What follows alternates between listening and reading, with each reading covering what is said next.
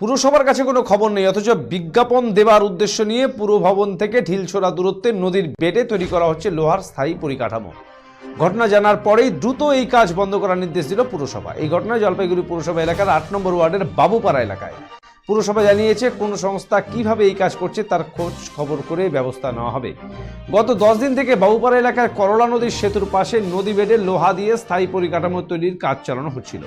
এই কাজের সঙ্গে যুক্ত থাকা ব্যক্তি দীপক বিত্তার জানিয়েছেন, বিজ্ঞাপনের জন্য 40 ফুট চওড়া ও 20 ফুট উচ্চতার এই স্থায়ী পরিকাঠামো তৈরি করা হচ্ছে। এই ঘটনা নজরে আসতেই প্রশ্ন উঠতে থাকে, একেবারে নদীর ধারে কিভাবে এই পরিকাঠামো তৈরির অনুমতি দেওয়া হলো। শুধু তাই, এই কাজের জন্য একদিকে যেমন দৃশ্য দূষণ হবে, অন্যদিকে নদীর সৌন্দর্যও বিঘ্নিত হবে। তাছাড়া এই কাজের জন্য সেচ দপ্তর থেকে কোনো অনুমতি নেওয়া হয়েছিল কিনা তা নিয়ে উঠেছিল প্রশ্ন। আবার পুরসভাই বা এই কাজের অনুমতি দিল কিভাবে, তাও প্রশ্ন তুলতে শুরু করেছিল শহরবাসী। এদিন এ বিষয়ে পুরসভার ভাইস চেয়ারম্যান সৈকত চ্যাটার্জি বলেন, সংবাদ মাধ্যমের কাছ থেকে এই ধরনের পরিকাঠামো তৈরির খবর তারা জানতে পেরেছেন।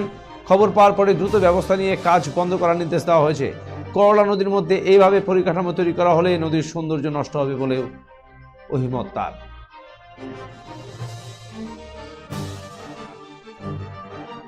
Get ready to celebrate the biggest New Year party at Kurimoho Royals with unforgettable night of music, dance and celebration.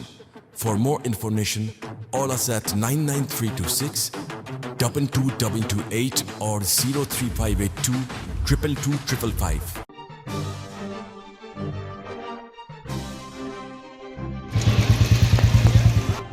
কি হবে এটা শুধু এমনি হোর্ডিং না গ্লো হোর্ডিং?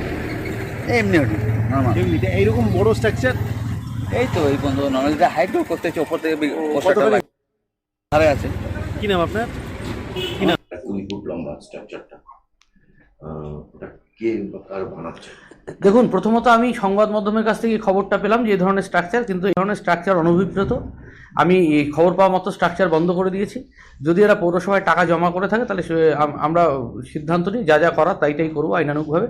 কিন্তু করলার নদীর পাশে এরকম স্ট্রাকচার করলে করলার সৌন্দর্য নষ্ট হবে এবং জলপাইগুড়ি পৌরসভা, সেটা আমি বলুন, পাপিয়া পাল বলুন, সন্দীপ মাহাতো বলুন, বা অন্য চেয়ারম্যান কাউন্সিল উপামুদ্রা বলুন, স্বরূপ মণ্ডল বলুন, বা অন্যান্য কাউন্সিলর বৃন্দ বলুন, কেউই করলা যেটা টেমস নদীর সাথে তুলনা হয় তার সৌন্দর্য নষ্ট করতে চায় না।